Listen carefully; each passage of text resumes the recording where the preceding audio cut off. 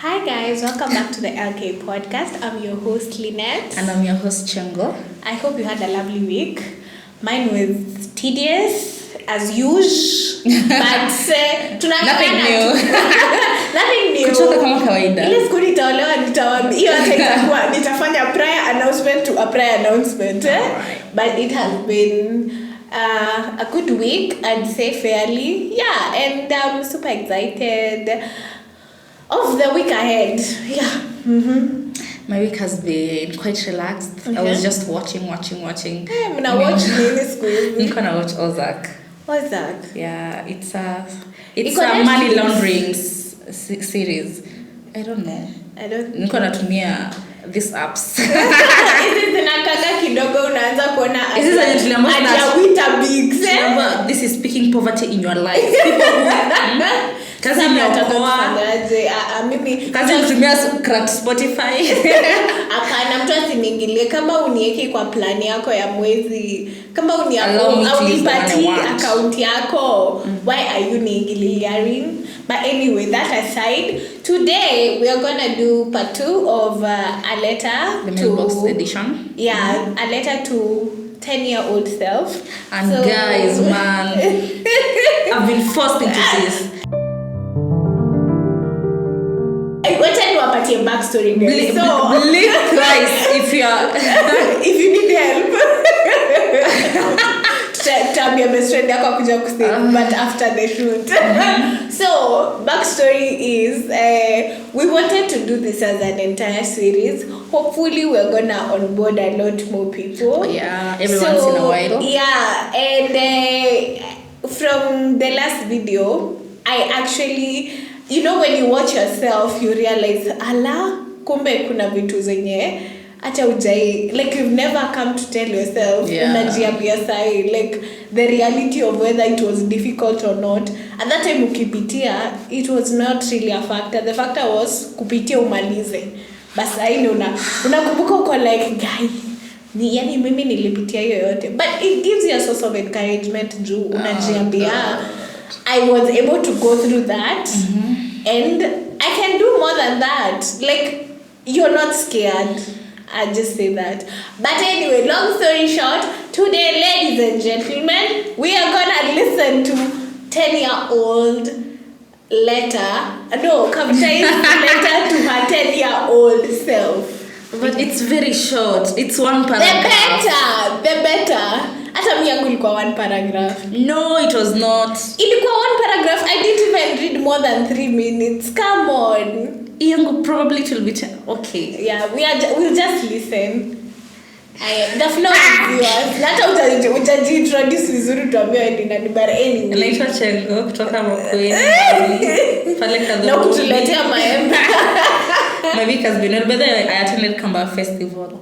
How did you feel about it? Very nice. Very nice. Mimi najiulizaga at some point I think tukigrow up kulikuwa na shame of saying that I know my mother tongue. But right now I'm really so proud. Like even when I sing those songs, I wish I knew it even more fluently. I wish that me at some point I remember I went through that shame of like, for real. Yeah, like people knowing I know like Kikuyu and I can sing. Jumi hadi gospel songs hadi niko na mix ile mix inashindanga ikisema DJ 38K inakuwa nilinotice ukiosha vyombo mboni katika mix. Nikitaka ile siku naamka saa 2 nasema by 10 nataka kwenda Tanzania na nitaimba roho yangu yote nitoe stress. So if you know your mother tongue, be proud about it. Be proud. Yeah. I think apart from Kiswahili, the next one you should be knowing fluently. Alafu sasa English. Na kama utaweza French hapa pale. Like me, she means me. Guys, I'm fluent in 4 languages. Mimi ni 3 tu. Na kwa sasa hiyo English ndo inaningangania huko nje. Love language. Mi yangu love language yangu inakuja fluent. Siko fluent. Mpaka kama saizi na mtu I don't think niko fluent. Tutazipolish. That aside, sasa the floor is yours. Take us through your. Guys, I'm nervous. Tukuimbia ile lino breathing exercise. Breathing. I have 1, 2, 3. It's very short, so So you just get it done with. Dear Faith, do not go. But it's of course, mlijita anza hivi. Well, boarding life wasn't easy, but you did laugh a lot. You did some things you won't be proud of, but we know better. After this weekend, I wish we invested in Kamba Friends. Now, I was writing this after attending the Kamba Festival. Hence, the wishing I invested in like Kamba Friends, but it's okay. There is life's positives, but I'd like to focus on the negatives. On the negatives you've done, but you know better. Life will be fun, and you've learned to love yourself so much. I adore that kind of love. There's so much better waiting for you. Aww. So mimi niko na swali ya kwanza. Tell us how you don't have Kamba Friends and you studied in Kadhonzweni. The problem na babangu aliniambia chagua Machakos girls, chagua Mboni girls, chagua Kadhiani. Nikasema no. Nisomee huku alafu ni now. Kwanza zingine hapo zinafanya niambia ni nini nilikuwa najua pia uko wananyoa. So issue yako ilikuwa ku maintain your physical look. No, even not that. I was just like nimesomea Ukambani. I'd like to explore other regions. So siwezi penda like iko tu nimesomea Ukambani, high school Ukambani So sasa wale watu walikuwa najua primary walienda wapi? But the real reason is tulikuwa na neighbor alikuwa anasomea St. Francis. Nikasema wacha nisijifanye. Unasikia huku watu wanabeba snacks uko like that's the place to be. That's the place. Plus nilikuwa tunafikiri nitakuwa na neighbor like tunaendanisha like the same nini. That was it. So nikachagua tu. Ile tu wenye nasikianga church, anasema sijui nini. Hata ni shule poa iko kwa Senzanangu. Nilikuwa cha tu niandike hiyo.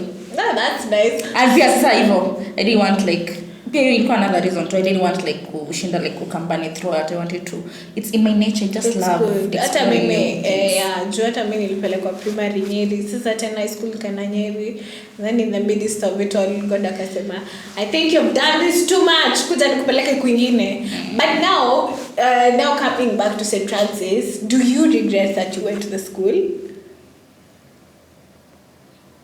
In terms of friendship, because you are no. I have the most amazing friends. Yeah.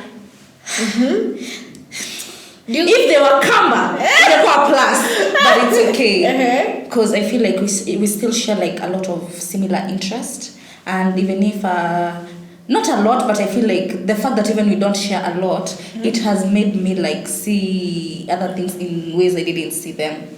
I wasn't a fan of Kenyan music as much. Right now, I'm a fan of Kenyan music as much. I wasn't a fan of other parts of art as much. The way I was seeing art is not the same way I'm seeing it right now, because now I get to see it from my eyes and my friends' points of view. The way they see other things, I've gotten to see them in a similar aspect.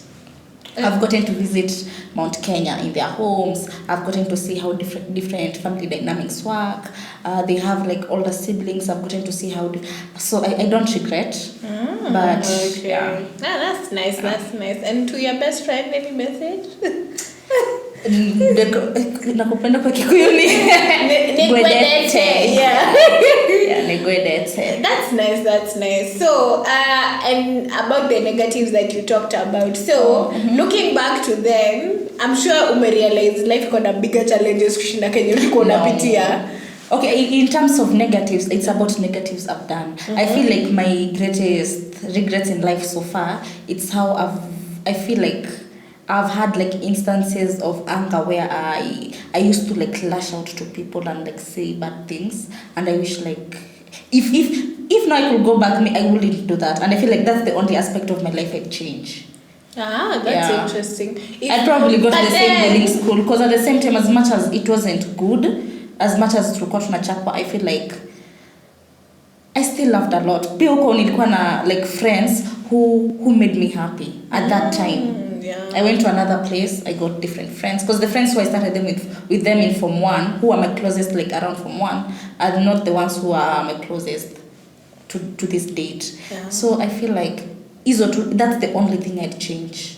The way I handled anger back then. It's just I feel like instances like the ones, and I also feel like my confidence wasn't as good as I have wished it to be. Like for example, like I know I'm good at drama, but ungepata tu, yes, I want to go like take that part, but I was shy. I feel like I could have stood up more.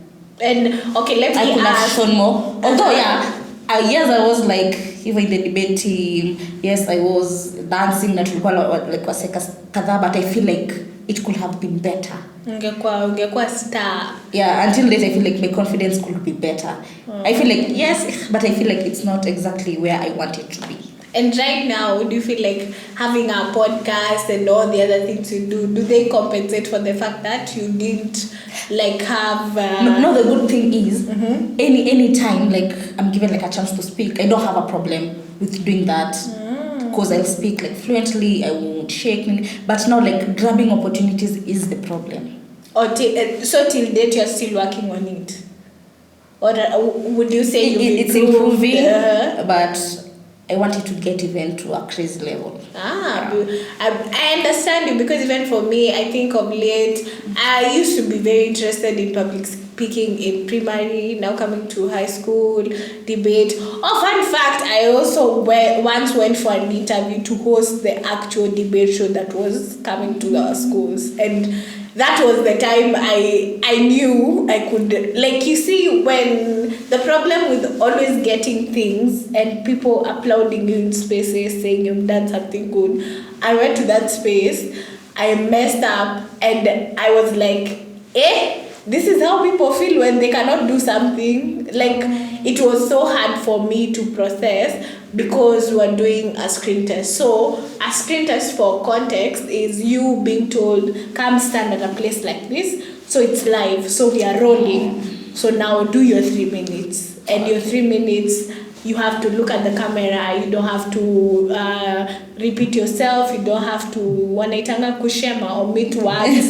So it was... I remember I really had my hands watery, and I had so much anxiety to a point that sikujua nitafanya nini. And then the 3 minutes zikaenda, nikafanya hiyo, ikabidi nimefanya ingine. So hapo ndio nilirealize, yani watu, you can fail, you think you know something, and then now ukifika pale kwa ground, vitu hazendi. Hapo ndio I think nilijua, because one thing I've learned throughout the process of learning and unlearning, you get to know what you're good at and what you're not good at. Yeah. Like, it helps you tick off the boxes. But I feel like those ones, there isn't like a big deal with those ones. And one thing my father always tell me is, it doesn't mean like the opportunity is lost. Another opportunity will avail itself. And even if you miss that one, another one will avail itself. But not like for this one, like for like hurting people.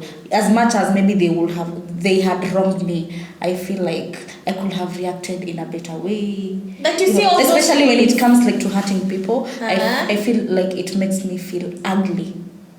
Ugly in the aspect of the fact that I've hurt another person, the way I've reacted, like.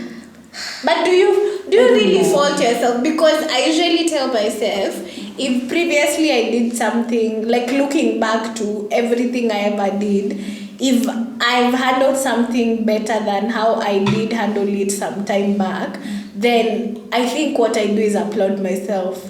Okay, I'm sorry about what happened previously, but right now I'm saying, kumbe nikiambiwa kitu enye endi my way, I don't have to write paragraphs insulting people. Like, as in, you may grow from that capacity to say... But again, it's becoming a challenge. Now, even when I take the high road, now I have to sit with that anger. I have to walk through that anger. Where else, before, when I lashed out, the anger went to the lashing out. But now I have to... Mind you, you're the one who has given me now that problem. But you're not helping me solving it. Now I'm the one who's sitting with it. In therapy, addressing it with my therapist. When you are outside there, ulinipia alafu kaishia. So, but I think bottom line, as you continue growing and whatever you do, you realize that everything you used to do, it's not that you're doing it badly. Even the lashing out, it was not that you were doing it in a bad manner. It's just that you didn't know how to handle it. Or I could have done it in a better way. Yeah. Si ati ufai kuaddress issues zako ni venye maybe ulikuwa a bit harsh last time, but this time nakwambia tu, can we have coffee over this, I need us to talk, like you just lay it bare, and then you listen to like the other person's perspective. But like I really don't like imagine. The issue is here. I don't know, but like I forgive myself. You know the things you tell yourself. And you see that I've forgiven myself. Yeah. Plus, of course, I asked for forgiveness from those people like immediately. Oh, most of the times, ningekwanga like, of course, my conscience being my conscience. Wouldn't let me sit. It's hurting you now. Wouldn't let me sit with it even for a minute. But and that's a good the normal things you tell ourselves when you do Ah. something you didn't know better, forgive yourself. But before you really forgive yourself, unajiambianga hivyo, but like before like you really forgive yourself, it will take some time. But it's good. You see, anything that you're ever going through or everything that you have been through, I really feel more at peace knowing that I have unlearned something. Like if I sit down and ask myself, what would 5 years ago, what would I do if I was in the same situation? And clearly I have grown. Like I take even some time. If it's something big, I actually even journal. Like I say, at least I know I could have cried. I know I could have gone and bought cake and started eating. But now I've learned to like experience the emotions and know that they are there. Like if it's somebody who's told me, Jumi Kwanza, things not going my way is usually the first option for me, because what do you mean they're not going my way? So I think Kwanza kituka imeshi kunihat. Like if I remember even when I was in primary school, the one time I stood up, went for a seat, I got it. It was not an in-between. Like everything for me is usually it's either my way or we are not doing it. So the first time I experienced like not having things your way or trying to tell somebody this is how I want things done, but then they're like hiyo njia yako hapana. So having to sit with that I think was the first point of me like feeling like I want to rip myself off, because I didn't know what to do with those kind of emotions. I can't slap you. I can't. Siwezi kuambia toka. And at times these are people you don't want to be mad at like for so long, because eventually there are people wenye utamit now in a certain space. Wezi mtusi, joki mtusi sisa mkipatana kwa kwingine. How do you even look at that person? So yeah, I think I understand you when you say like the negative side of like you would expect or you sat down and saw what you did previously was not good, but now you are unlearning it. That I completely understand. Yeah. So you have also mentioned what else on the Kamba Friends. Ametuambia kuhusu Kamba Festival. Utatu plug next time ukienda. Mkitaka kukaa mtakuja manzi. I went alone. You didn't feel like scared or I don't know, maybe concerts kwenda peke yangu. Plus most of the times unapatanga tu utapata tu rafiki huko. Oh yeah, mtu unajua. Yeah, but ulikuwa umeenda peke yako for your own time, huko unataka disturbance. But that's a good thing. But what also I wanted to ask you, when you told us like ulisikia beshte yako or a friend you just saying they went to this high school. And like what attracted you to this high school? Isipokuwa kuendanisha na yeye home na nothing. I never did any research. I just said Plus she was like a bit older, so I was like nitaenda shule already. At least there's somebody. I wouldn't the aspect of kama kalondi nisaita kwa as much evil. Now that I ever get lonely. Mli connect. Yeah. Like would you say it was a chemistry like that? No, our personalities weren't very much alike, but she will check up on me. Plus she will check up on me. Plus inamaanisha like tulikuwa tunapelekwa shule pamoja, kurudi pamoja. But I think San Francisco is the one place I think we really built communities, because even for me I think I had a clique of such people like who were a class before me. So they would walikuwa watatu. But me there's nobody else I knew. Especially of an upper class. I used to know only the people in my class. The one I sit during these other classes, like the ones who used to choose, no French. The one who I sit next to French, and not the one who sleeps. No, apart from that. I never interacted with any other people. Like, you know, Joseph Francis, it was very, how do I call it? It's monopolized in the aspect of class yako ndio utakula nayo, ndio utalala nayo. Like, we never, our point of interaction with people who are of a different class or year. Even not a different class. Like, I never even made friends from other streams. Apart maybe if we're in the same cube. And maybe you sleep now next to me. Now apparently we have to talk. But it was just from my stream. Mimi nilikuwa yapa. I was a certified yapa. So eventually I think ningepata tu najiongelesha na si kujiongelesha pole kuongea na watu, like even like fast forward going to uni and then now meeting these people, but it never materialized to anything.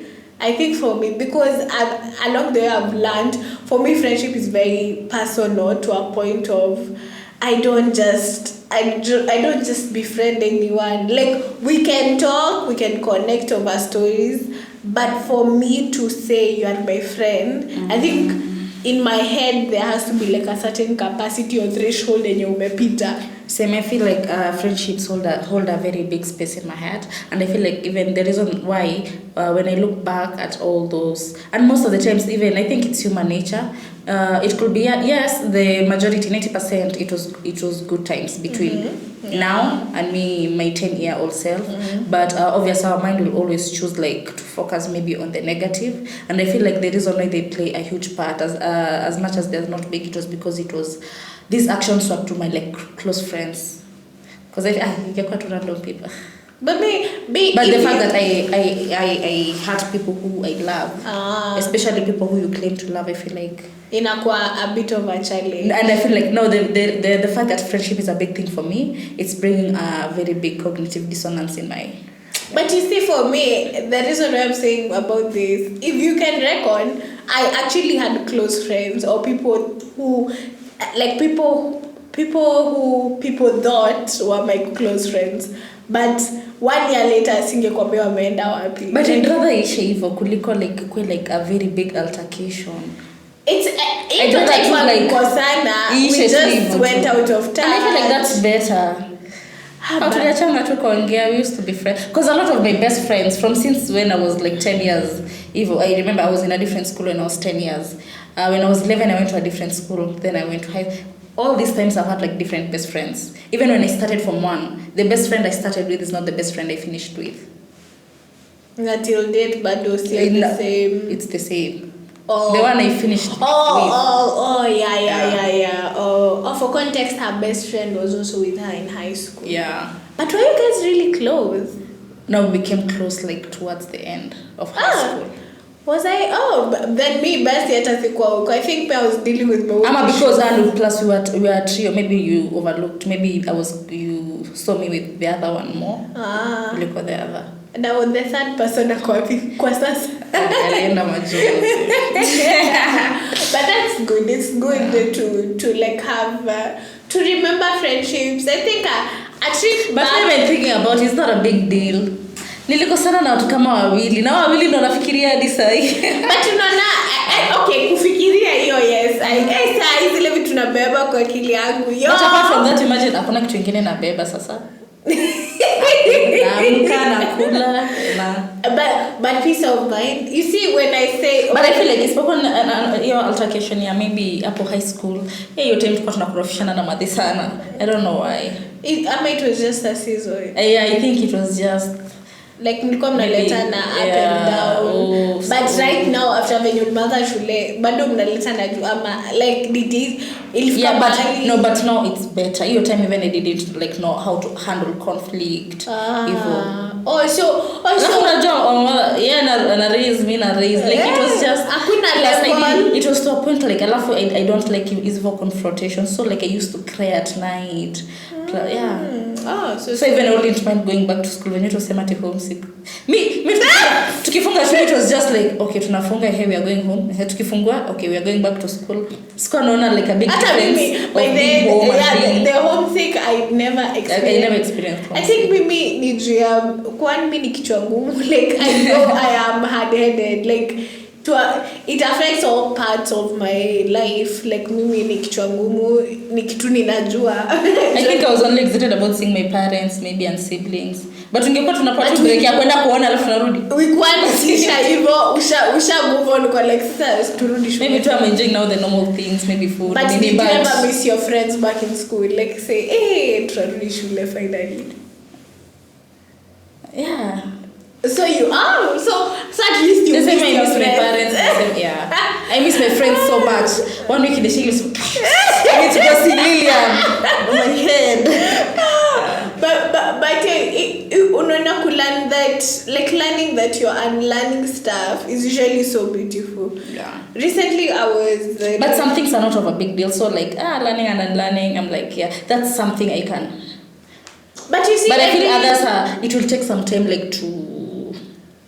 Yes, unajambia I didn't know better. At least now I know better, but it will take some time like to actually actualize it. But with me, I think for me, you'll be okay, and after some time it comes back. Now you start feeling it again. Because for me, any small change, like right now, the way I was just from telling you, I'm handling a transition.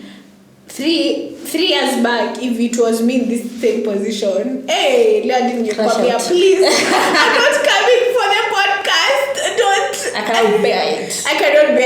But I remember there was a time we took a break and I had a crash. Like a crash out because of what I was going through. So right now I learned to separate like what is like one affecting the other. If it's my podcast, that's an independent thing. Whether something has happened at home or where. But some might be important too. So yeah, but you see, identifying like what affects what. Like if there's to some extent, heavy, I think like you can just take a break. Like for family, for things like family, that one is allowed because these are people you live with day to day.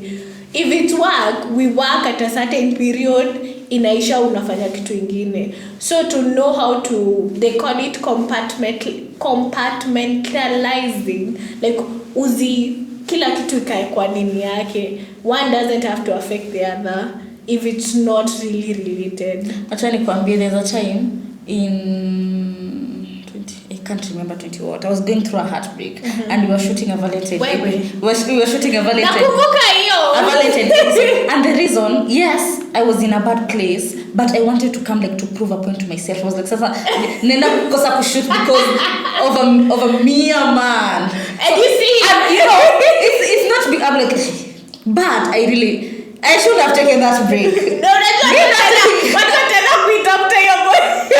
Tunakumbuka producer akiuliza, na kwa nini hamjapost hizo? Because also I feel like maybe if I was not going through that, I would have done like that episode in a better way. No. Yes, I feel like maybe my opinions are still the same, but I feel like your time it had like a lot of it's still the same. I think even if we talk about the same thing right now, my opinions will still stand on the same kind of thread, but my heart was just heavy doing that episode. So I just wanted like so to pause I just want to breathe. And you see the funny thing, guys, at that time I was very much like nilikuwa nimepelekwa nilikuwa the Cloud9. I think that's why nilikuwa na psyche. And then later on, just a bit later on, yangu ikakuja. And you see, just as you're saying, like if at that time you said I don't want to come, just as I said, let's just take a break from now. Like the way I told you, I don't think I can handle because everything. I feel like maybe if we were speaking about a different episode, it could have been better. Yeah. But the fact that we're speaking about that. But anyway, relationships. This year we've not tackled relationships because we've been single in a lengthy. But I think I'd want to know what I've learned so far. And having like other two people here who will give us, I'd want us to have. I feel like a lot of peace of mind. No. Peace of mind. My opinion would be I would want us to have people who've dated people like for 5-6 years. Then us, because I'm sure our opinions would really differ. Yeah, and that would be a very good conversation. We'll try that. So come on, you know the good thing about us, if you're our friend and we know know you have somebody. Pamoja unajua 6 years. Wote. Kuna mmoja muona amekaa. I think when naonaga ni watu tu wa screen. Sijaipatana na like watu najua physically for 6 years like but I feel like it's also because of our age. I feel like maybe if you were 30 kuna watu wamenaitwa watu kutoka form 1 wewe acha mchezo. Acha nisijisikie the majority of the combe. I know, okay. but in any case that will be a topic for another day, but I love but taking breaks is important. It's important. You come your time captain. Even if you feel you're okay, you just take it. your head is blank.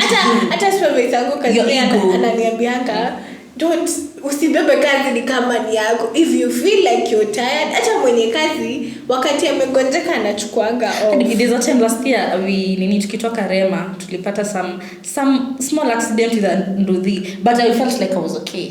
Plus utaambia tu Rema nini unafikiria kuna wale watu wanajua Rema kama mimi najua Rema festival ile yenye tunaendanga kuomba 3 days hapa Kasarani Nyawera hapana hiyo inakuanga a convention of pastors, so please please tell people when you say Rema mama msamaha next time nitakuja nimerekebisha hapo content, but I think niliona okay, yeah, she was in the panel. She was hosting that year. Yeah. So yeah, kuna Rema yangu na kuna Rema ya. So hiyo time sikusema nimeumia because me I felt like I was okay, I can still work. Yeah. Ndo mihindi anaona kwa like you have sick days, take them. You have leave. Mihindi akikwambia hivyo. Like why? I'm like I feel I'm okay. No. Acha mihindi arudiage mtu. I'm like I don't know. Akakwambia people. And also I feel like the moment like sijui, you know, like when you're in a weak position and you overdo yourself the way you feel. Yeah.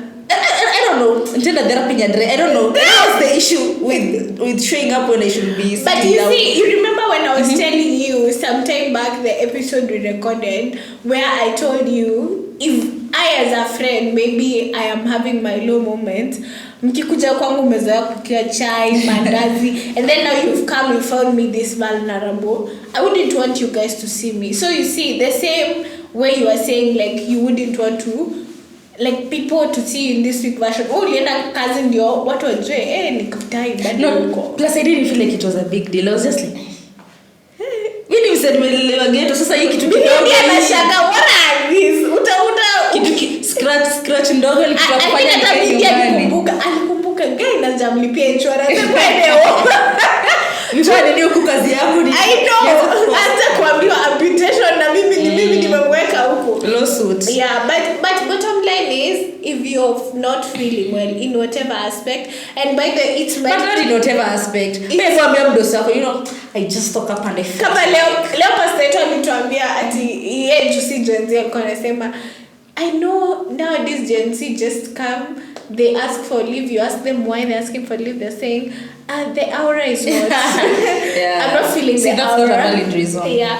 But sasa unaona I was telling somebody I think with our generation there is no point of negotiation. Akisema fanya kitu afanye like harudi nyuma. That's a bad and a good thing.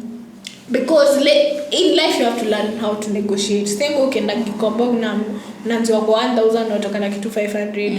We have to learn to negotiate, but then we have to know when the negotiation is not. But I didn't used to know how to negotiate. Oh, like at all. Yeah, somebody will tell me it's 1,000. Uko like wacha tu sasa kwa nini? Plus also I don't know. Pia ile like she mentality. How I feel like maybe now I leave them maybe I don't know. But no, I understand you. There's this point. Overthinking. Plus sikuwa najua like these people get it at a lower price. Yeah. Me just thought like maybe hata ameipata na nini ananiuzia. Yeah, so ama tu labda ameipata na 9 sondo maana ananiuzia dhao. Mimi sikuwa najua labda ameinunua na chwani. But imagine I don't fault you. Like that part of plus nilikuwa naona ni kazi ama kuna shanga taanza aje. Hapana niko na 50. Are you serious? No, umekuja. Rudy, I don't know. So it was just like okay. Do you negotiate? Actually, now I'm better. Because for me, I think one thing I've learned there are people, you have to live with a mindset of what money wants. Like, there are people who money want, and if you want to live like somebody who money wants, there are things you don't do. And I think that's why you're saying about the negotiation. I feel like I'm way a better person. But then, if mini demo is lando, please, tutapelekana kule chini. I'm a better person. So, at the end of the day, guys, please take a break. And it's also mental health. Yeah. I think we can touch a bit on it. Yeah. The last time we talked about it, we really discussed a lot on how you take care of yourself during such a period. Mine is always to give you pointers, because I think I've also seen or had friends who are self-harming. So unapata mtu amejikatakata, like watu wengi wamekuwa kishow up, but people don't know what happens behind closed doors. Like the way you were saying, for you used to cry, unapata saa zingine ukiwa solo ndio unalia, unailet out. So but I really can't say it's a mental health. I don't know. But imagine everything trickles down to, because I feel like for me like I know like plus me I think not even like I always look like for solutions with everything.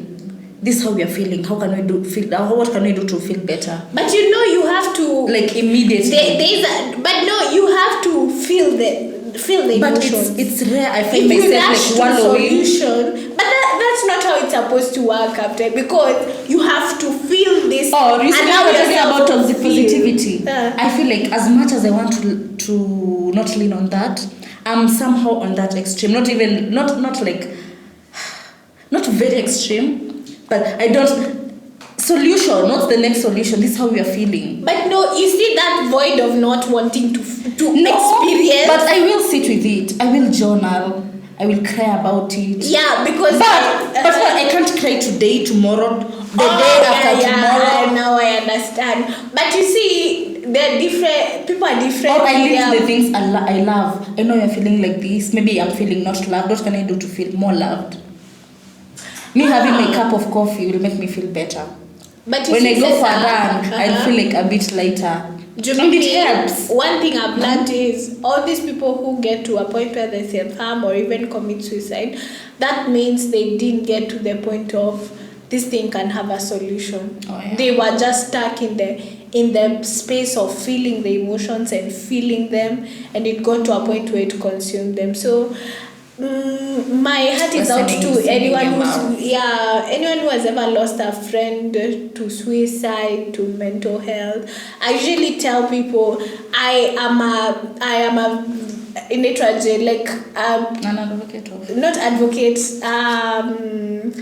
a victim, or was once a victim of what do they call it, anxiety disorder. And I know for a fact when you're stuck in that place, because when I used to have those seizures in school and panic attacks, mine was never the idea or the state of how are we going to solve this. Every time I would feel scared, I would just be like why is this happening? It's never how are we going to get out, it's why is it happening.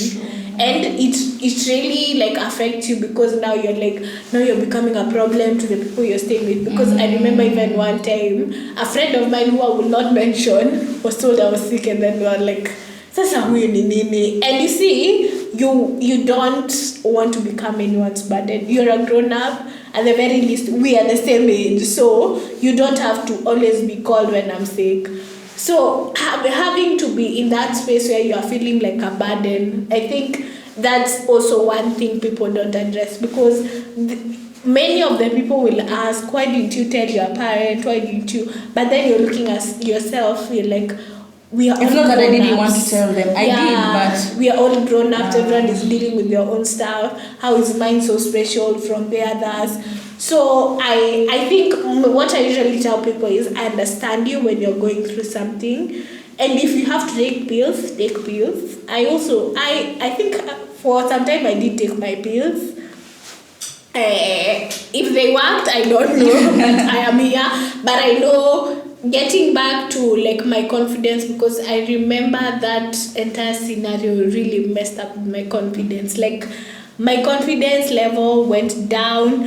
Ndio sasa venye nilikuja uni, because I think even one contributor that made me not really have friendships that morphed into something beyond high school was because I was dealing with my own self. I had my own self to deal with, and then now this one wants attention, this one wants me to... You remember when people used to celebrate birthdays and close doors for others so that they cannot come in? That was so bad though. Unafungia tu mlango. What? Anyway, wacha hata nisirudi hapo. Birthday siya. Mimi nilikuwa na... By the way, sikuitoka kama nimeenda any of those birthdays. Zenye zilikuwa zinafanywa jioni. My friends are surprising. I think nikiwa form 4 and I think it's one of the best birthdays nishaikuwa nayo.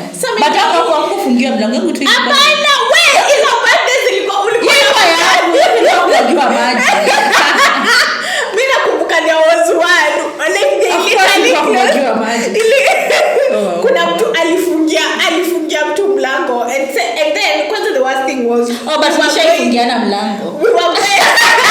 No, sisi tulikuwa tunaenda kuchukua vitabu juu it was on a Saturday evening. We want to do our assignments and everything. Na mnakatazwa kuingia. Sasa si amesema basi kwa class yetu, so sisi hatuwezi ingia. Na mimi sitaki ingie kwa desk yangu nipatilishie vitu kwa dirisha because I'm not sorry. So like bottom line is, so you see in school I didn't have the time of day to think about anyone else. No. That's why I was selfish, and I'm never sorry about it, because if I weren't selfish, I don't know where I would be right now. I don't know what I would be dealing with right now. So shout out to anyone who's fighting mental health. We're not teaching you how to go through it. I'm telling you my experience, because everyone at any point, kwanza in the points where you are experiencing something negative, unatakanga tu kusikia mtu akwambie aliyaipitia, and then you see them as who they are and you know you can make it. So if it's you're going through anxiety disorder, it's bad because you sweat. I remember I used to see exams, I'm like, oh no, another week of turmoil, another week of waking up and just having anxiety. Because I remember ndo tufanye exam ya mwisho hiyo ya form 4. Maybe watu wakienda kwa field kusoma. Me, I used to make sure nimesoma jioni, ndio asubuhi I would go in the field and sit down and just talk to myself and just tell myself, don't be anxious. It's a national exam, but you're not gonna die, because there's that. And then I remember I also experienced anxiety after. Because squared results, oh Christ, I didn't do anything. It was bad. Hakuna kitu ningeza kushika. I was just nilikuwa kwa kiti the entire day, na nakumbuka zilitoka jioni juu hakuna kitu nilikuwa nimefanya. So my mom comes back at home to I'm curious, but I feel like today, like tukiongelea like mental health vizuri in our next episode. I'm curious why you were feeling this way. Why were you anxious about the results? Were you afraid you'll fail? Am I disappointed? It's because... But usinijibu sahi, nimesema we'll go home and think about it. Go and sit down and think about it. But thank you so much for sharing about your letter. I know. I think also, June me mention negative, mingi let me mention on positive. I feel like I've grown with since I've been, I don't know, the smallest I can remember is self-love. And I feel like it's always been a journey. Woo! And when I think I can't love myself more, you just surprise yourself again. Actually, I'm curious. I feel like I've reached like maybe the epitome. Yeah, of loving. I feel like there's no other way.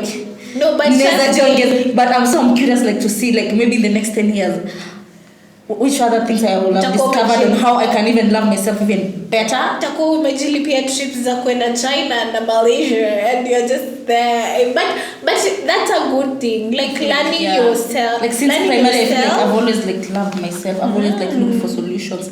Every time like I've always like, hey. Na hiyo ni poa. Mungu, anipe mtu ananipenda vile najipenda. But you see, it helps you call out bullshit. I don't know if this will be. It also helps people love you the way you want to be loved. Because it helps you navigate a lot of things. Because recently I asked a male friend like why he loves the girlfriend. So I was like, one, they were telling me first they're not like indulging in any intimacy. So me nilikuwa like, what? I'm like, Nikamuza, so what do you love about this person? They are caring. They compensate with being caring, being smart, being understanding. And I was like, you see, that lady has loved herself and she's all these things to herself. That's why she's being able to pour. Yeah. So if kama hujipendi yourself, no say you are yourself. Okay, kuna selfishness ingine mbaya, but kuna selfishness ingine inahitajika, like just for you and for you to understand yourself. Yeah. I think that's it. Yeah, that's it. So these 2 episodes are quite close to our hearts. So if we don't know any of us or our characters, these are the perfect examples to explain to you who we are. Yeah. So thank you guys. See you next week. Bye.